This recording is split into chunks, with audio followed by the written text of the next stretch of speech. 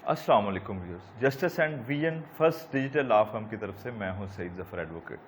आज हम बात करेंगे साइबर क्राइम के सेक्शन 10 जिसको साइबर टेररिज्म कहते हैं, उसमें क्या है और उसमें कितनी सज़ा है और उसमें कौन शख्स इस सेक्शन 10 के ज़ुमरे में आता है। सेक्शन 10 साइबर क्राइम 2016 का ये कहता है कि अगर कोई शख्स किसी भी हसास अदारे के डाटा को अपने इंफॉर्मेशन सिस्टम से उसको एक्सेस करे, उस डाटा को हसास अदारे के या किसी गवर्नमेंट अदारे के डाटा को कॉपी करे या उस डाटा को इंटरफियर करे ताकि किसी भी गवर्नमेंट सर्वेंट को उसको डरा सके, उससे अपनी मर्ज़ी का काम ले सके या कोई ऐसा एक्ट करे जिससे उस डाटा को मिसयूज़ किया जा सके, तो ये काम साइबर टेररिज्म कहलाता है।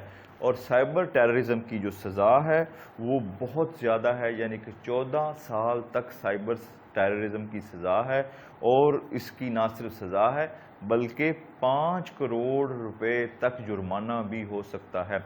साइबर क्राइम में ये सबसे ज़्यादा सज़ा और सबसे ज़्यादा जुर्माना है। अगर आपको ये बातें पसंद आएँ तो हमें लाइक कीजिएगा, हमारे चैनल को सब्सक्राइब कीजिएगा और हमारे साथ रहिएगा ताकि हम आपको साइबर क्राइम के मुतल्लिक़ बताते रहें कि और जो जराइम हैं उनकी क्या सज़ाएँ हैं और वो कौन लोग हैं जो इन जराइम को सरज़द करते हैं। बहुत बहुत शुक्रिया।